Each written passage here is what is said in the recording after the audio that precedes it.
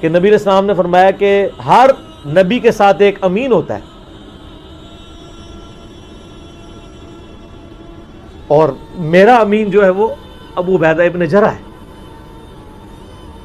ان کو پھر یعنی یرموک میں حضرت عمر نے یعنی آرمی چیف لگایا اور فتح ہوئی۔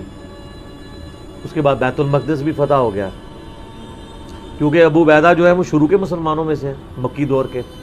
اب بعد میں لوگوں کو اسلام سکھانا تھا تو ایسے بندے کی ضرورت تھی نا۔ تو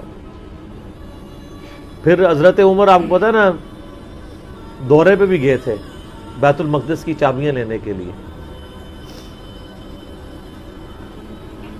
تو وہاں پہ کئی واقعات ہیں، ان میں سے ایک جو واقعہ ابو عبیدہ کا جو کہ ذکر ہوا ہے، تو اس کے بعد حضرت عمر ابو عبیدہ کو کہتے ہیں مجھے اپنے اب آپ آفس میں لے چلو۔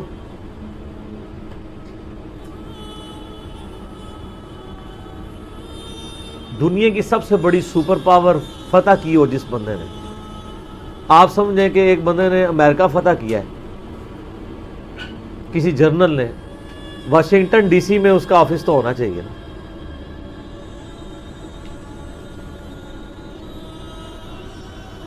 حضرت عمر رضی اللہ تعالیٰ عنہ کو ابو عبیدہ جب اپنے یعنی آفس میں لے کے گئے تو آفس کیا تھا؟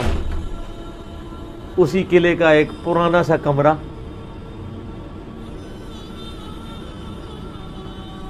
جس کے ایک کونے کے اوپر مصلی بچھا ہوا ہے، ایک وضو کی جگہ ہے، لوٹا پڑا ہوا ہے۔ یہ کل کائنات ہے اس آفس کی، جو سب سے بڑی سپر پاور کو جس بندے نے گرایا، ابو عبیدہ ابن جرح نے۔ حضرت عمر رضی اللہ تعالیٰ عنہ کی آنکھوں میں آنسو آ گئے۔ انہوں نے فرمایا کہ دنیا نے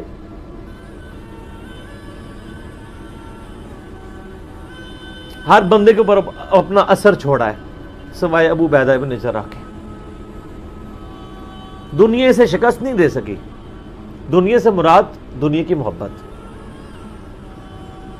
ہر بندے نے اپنا حصہ لے لیا۔ اس لیے آپ کو پتا ہے نا کہ حضرت عمر اپنے دور خلافت میں ابو عبیدہ ابن جرح کو بار بار خط لکھتے رہے کہ آپ ادھر آ جائیں، کیونکہ حضرت عمر چاہتے تھے کہ میں اپنے بعد ان کو خلیفہ نامزد کروں، اس لیے کہ وہ امین الامت ہے۔ لیکن وہ پھر حضرت عمر کے دور میں طاعون کے مرض میں وبا جو پھیلی تھی شام میں، اس میں وہ پھر شہید ہو گئے تھے، اور وہی ان کا پھر وہ قبر بن گئی۔ سر میرا سوال ہے کہ طاعون کا مرض آپ کو پتہ ہے کہ کیا تھا؟ جسم پہ پورے پھوڑے نکلتے تھے کینسر کے۔ تو کیا حضرت ابو عبیدہ ابن جرح ناکام گئے ہیں دنیا سے؟ کہتا ہے جی کوئی بندہ مرا تھا، بڑا نورانی چہرہ تھا، یہ تھا وہ تھا۔ ہر بندے نے اپنے بنائے ہوئے ہیں۔ ایک بندہ پھوڑوں کی تکلیف سے مرا ہے، بخاری مسلم کی حدیث ہے، جو طاعون کے مرض میں مرا وہ شہید ہے۔